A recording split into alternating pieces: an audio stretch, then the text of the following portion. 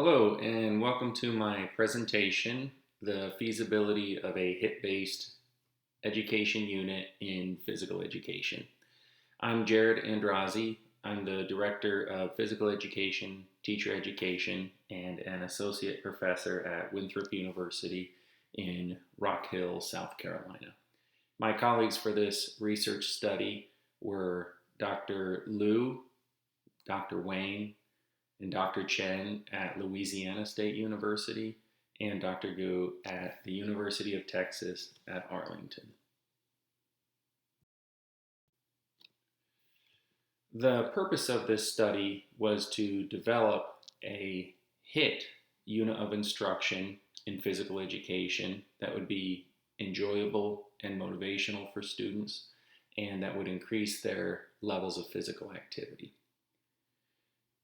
The HIIT exercises were developed to engage multiple muscle groups and increase students' levels of aerobic and anaerobic heart rate intensity, and to use time as efficiently as possible while also using little equipment or space. The purpose of this study was to examine the effects of implementing this new HIIT theme-based unit of instruction in physical education. The process was also conducted to evaluate how feasible this 8-week unit of instruction would be. So this study took place at a middle school physical education class located in a deep southern state. There were a total of 6 different physical education periods, 3 of which were the experimental group that were assigned to the HIIT-based units, and the remaining 3 received regular physical education curriculum, and they served as the control group.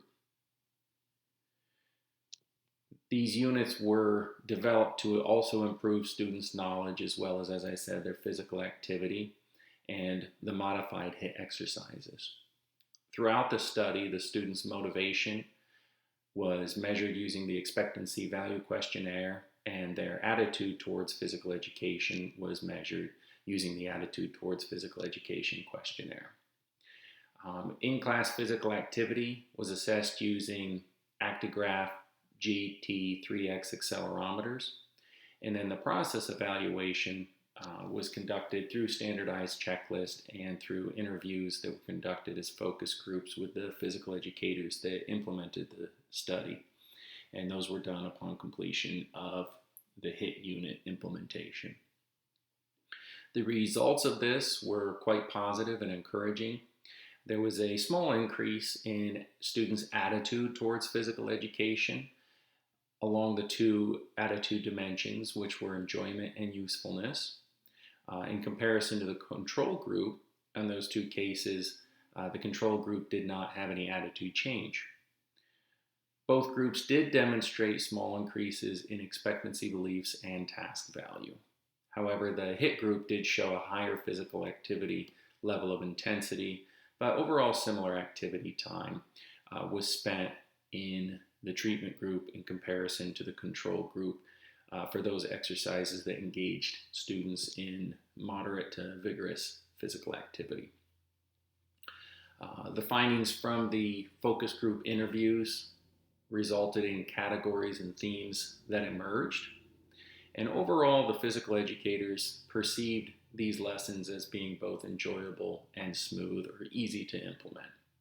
And they also, perhaps most importantly, found that this unit of instruction did lead to educational and meaningful learning experiences for the students.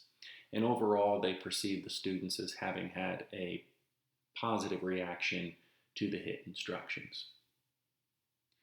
When we view the concept map, you'll see that this was in fact feasible. It was an 8-week unit of instruction where the HIIT lessons were implemented approximately 2 to 3 days a week, depending on that week's schedule. And overall, the physical education lessons were scheduled to occur for around 45 minutes, but the HIIT unit of instruction only took up about 20 minutes maximum of those 45 allotted minutes. The remaining time was devoted by the physical educator to whatever they felt was important. They could implement whatever physical education curriculum they had in place. They did not need, for the remainder of the lesson, to implement the treatment. The teachers reported during the interviews that they adhered to the overall HIIT unit of instruction by about 80 to 90%. The researchers also conducted fidelity checks when they observed this unit being implemented, and they found that they adhered to it between the range of 70 to 100%. 100% they adhered to the HIIT exercises, and about 70% of the content, which was devoted to improving students' knowledge of physical activity, which would be standard 3 of the 2014 Shape America Physical Education Standards. The overall strengths were quite positive. There were significant increases, as I said, in students' attitude towards physical education, as well as their physical activity levels of intensity during PE time. There were small increases in their expectancy beliefs and task values, those tasks being the HIIT exercises that they were required to perform.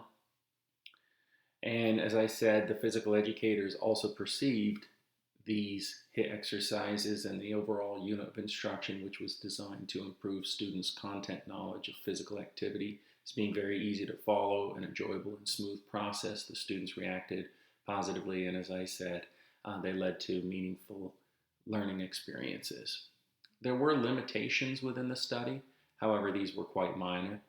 The health-related fitness data that showed that there were small gains in abdominal strength and endurance. However, the cardio and upper body strength and endurance had no gains.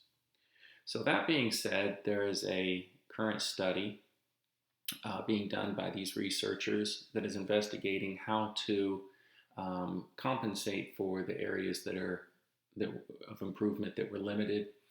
One way of going about that is to reduce the amount of recovery time between each HIIT exercise. For example, in this particular unit, students were given 15 seconds on to perform the exercise at the highest level of intensity possible.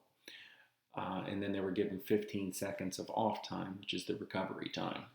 So for the follow-up study, we're going to investigate 20 seconds of engagement or on time, and then only a 10-second recovery period. And that should lead to more significant cardio and upper body strength and endurance gains. So in conclusion, these findings do indicate that this HIIT-based fitness education unit was feasible, and it has the potential to be disseminated by other schools. As I said, it's 8 weeks long, but it doesn't require the entire duration of time that has been allotted to physical education by that school. And these findings also address Shape America's mission of 50 million strong by 2029. So I thank you for coming to my presentation of our collaborative research. If you have any questions, feel free to email me at any time.